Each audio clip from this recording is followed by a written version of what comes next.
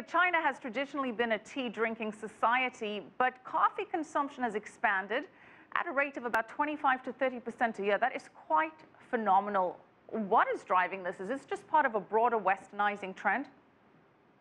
I think the westernizing trend is definitely part of it, but the growth, I would say, is because it's starting from such a low base. So it's much easier to grow at 20 to 30% when you have such a low consumer base of coffee drinkers. And then with the population so large, it's quite easy if you just have a very small percentage of the population starting to drink coffee, that it would be a very high percentage growth rate.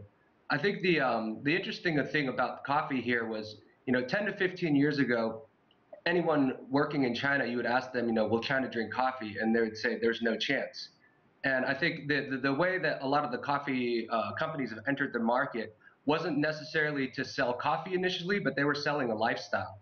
So, you go, and the coffee places like Starbucks, for example, they had very big areas to seat so people can meet and get together. And it was trendy, and it was sort of this Western cool, hip lifestyle that they sold to the consumers. And I think, But all David, of us who drink coffee. Sorry. It's not just the Starbucks that are doing well. It's not just about a place to sit down and gather and relax with friends. Nestle seems to be doing very well in terms of the coffee market as well, selling everything from their instant coffee to an espresso machine. So what has a company like Nestle done right? Well, that's what I mean is, Nestle, they have a first mover advantage, being that they've been in China for quite a while. And then they entered, initially selling very milky, sweet drinks, and those were more palatable to the Chinese tastes.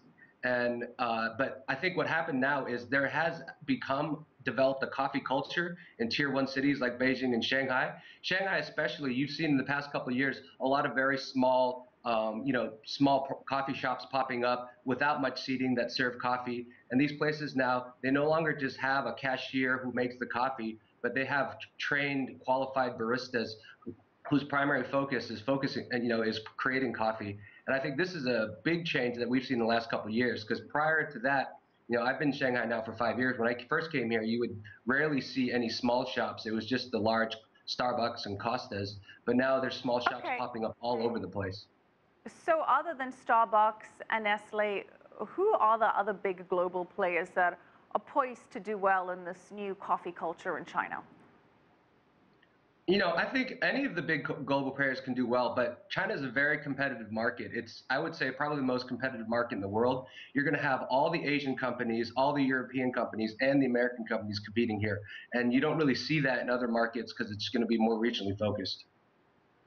Well, give me some brands. Who are the ones that are dominating the field at the moment, other than Nestle and Starbucks? Which other multinational companies are making inroads in this market?